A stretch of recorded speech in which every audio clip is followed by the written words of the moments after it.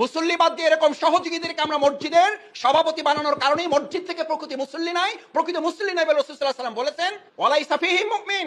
গোটা মসজিদগুলো ইমানদারে মানে মুসল্লিতে পরিপূর্ণ থাকবে, অথচ ওই গোটা মসজিদ খুঁজে একজন ইমানদার পাওয়া, এটা আমরা বলতেছি না, কার কথা? প্রিয় নবী মুহাম্মদুর রাসূলুল্লাহ সাল্লাল্লাহু আলাইহি ওয়াসাল্লাম। ওয়াহিয়া খারাবুম মিনাল হুদা মাসাজিদুহুম আমিরা। মসজিদ থাকবে, মসজিদগুলো মুসল্লিতে পরিপূর্ণ থাকবে। ওয়াহিয়া খারাবুম মিনাল হুদা, শুধু কি থাকবে না? হেদায়েত থাকবে না। ওয়ালাইসা ফীহি মুমিন, এবং সেখানে একজন ইমানদার পাওয়া যাবে না। আরে ভাই, বুঝতেছেন না কেন? এটা শোনার পরও কেমনে নিরিবিলি ঘুমাবেন আজকে রাতে?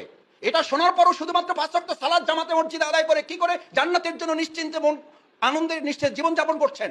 অথচ রাসূল সাল্লাল্লাহু আলাইহি ওয়াসাল্লাম 1400 বছর আগে এই ডিক্লার দিয়ে গিয়েছেন, মাসাজিদুহুম আমিরা, নট মসজিদ। মাসাজিদ একটা মসজিদ না, প্লুরাল নাম্বার। মসজিদ সমূহ আমিরা, একজন দুইজন না, মুসল্লিতে পরিপূর্ণ থাকবে। আছে না নাই?